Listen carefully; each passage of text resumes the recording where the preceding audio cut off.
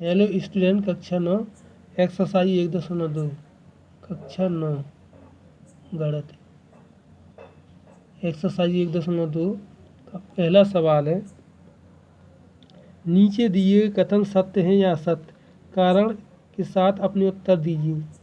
पहला क्वेश्चन है तुम्हारा, प्रत्येक अपरिमेय संख्या वास्तविक संख्या होती है। सत्य है, प्रत्येक अपरिमेय संख्या एक वास्तविक संख्या होती है। देखो, जो परिमेय संख्या और अपरिमेय संख्या है, ये सब क्या कहलाती हैं? वास्तविक संख्या कहलाती है। हमने परिभाषा में बताया था, वास्तविक संख्या सभी परिमेय संख्या अपरिमेय संख्याओं का संग्रह क्या कहलाता है? वास्तविक संख्या कहलाती है। तो ये कारण इसका क्या है? देखिए, क्योंकि वास्तविक संख्याओं में परिमेय अपरिमेय संख्या भी होती हैं, यानी कि क्योंकि वास्तविक संख्या में अपरिमेय संख्या भी होती है ना, अपरिमेय संख्या भी होती है। तो इसका कारण है। दूसरा क्वेश्चन है इसका, संख्या रेखा का प्रत्येक बिंदु √m के रूप का होता है, जहाँ m एक प्राकृतिक संख्या है। ये गलत है, असत्य है। ये कैसा है? असत्य। हम एक्सरसाइज डाल देंगे तो उससे देख लेना, उसके सामने असत्य लिखना है। तो संख्या रेखा पर इसका जो कारण होगा, यह सत्य है। इसका जो कारण है हम अभी लिख दे रहे, संख्या रेखा पर दोनों ऋणात्मक एवं धनात्मक संख्या होती है ना, दोनों ऋणात्मक एवं धनात्मक संख्या होती हैं, परंतु प्रत्येक बिंदु पर एक वर्गमूल संख्या हो यह संभव नहीं है।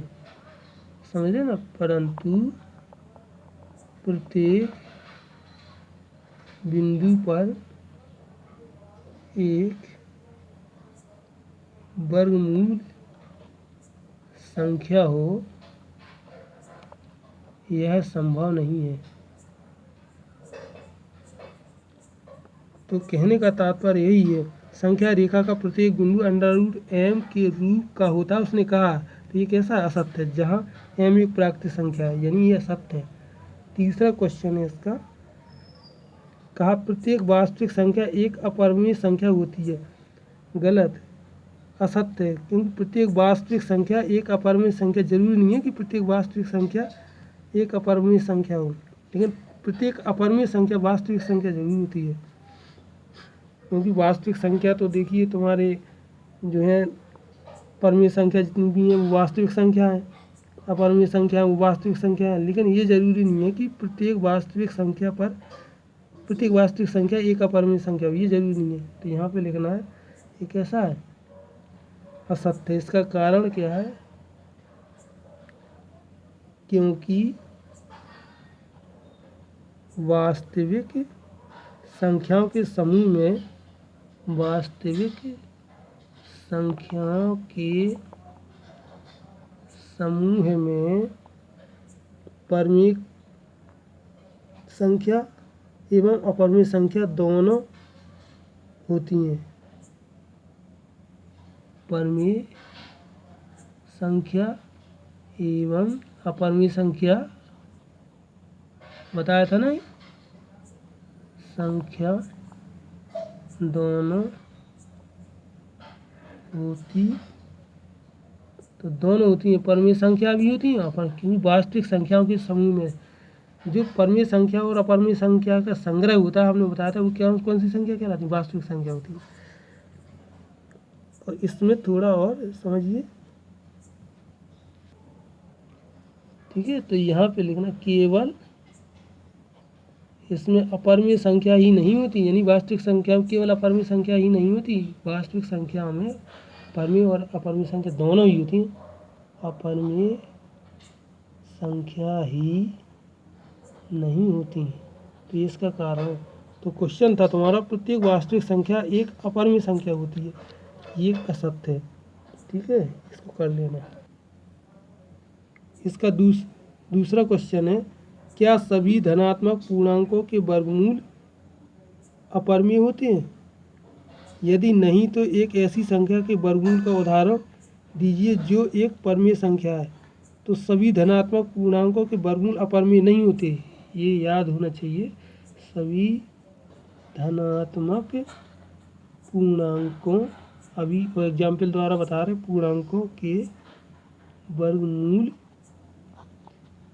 अपरिमेय नहीं होते। देखिए जैसे धनात्मक पूर्णांक है जी, धनात्मक पूर्णांक जैसे हम देखें तो 1, 2, 3, 4, 5, 6, 7, 8, 9 इस प्रकार लेते हैं। तो यहाँ पे देखें हम अंडर एक का वर्गमूल क्या होगा? एक ही होगा। अगर हम 2 का वर्गमूल देखें तो अंडर 2 ही लिखेंगे इसको। देखो इसका वर्गमूल कहाँ निकलेगा? पूरा पूरा। तो ये क्या होगा? अपरिमेय होगा। ये कैसा है? अपरिमेय। और ये 1 का वर्गमूल तो निकल आता है, ये कैसा है? परिमेय है। और 3 का वर्गमूल नहीं निकलता ना, तो ये क्या होगा? अपरिमेय। ये भी अपरिमेय है। यानी कहने का मतलब सभी धनात्मक पूर्णांकों के वर्गमूल अपरिमेय नहीं होते। 4 का वर्गमूल देखिए, ये परिमेय हो जाएगा, है ना। और 5 का नहीं निकलेगा तो ये कैसा हो जाएगा? 5 का वर्गमूल अपरिमेय। और 6 का भी नहीं निकलेगा, कैसा होगा? अपरिमेय। 7 का वर्गमूल क्या होगा? अंडर 7 ही लिखेंगे इसको। ये कैसा होगा? अपरिमेय होगा, है ना। 8 का देखेंगे तो 8 का क्या लिखेंगे हम? अगर 8 का देखें तो इसमें लिखा जा सकता है 2 दूनी 4 दूनी 8। तो इसको आ सकता है 2 अंडर 2, लेकिन ये कैसी बन जाएगी? अपरिमेय कहलाएगी, क्योंकि अपरिमेय में जब किसी परिमेय का गुणनफल होता है तो अपरिमेय ही हो जाती है। 9 का वर्गमूल क्या होगा? 3। तो ये कैसी बनेगी? परिमेय। तो कहने का मतलब उसने क्वेश्चन पूछा था कि सभी धनात्मक पूर्णांकों के वर्गमूल अपरिमेय नहीं होते। यानी कैसे?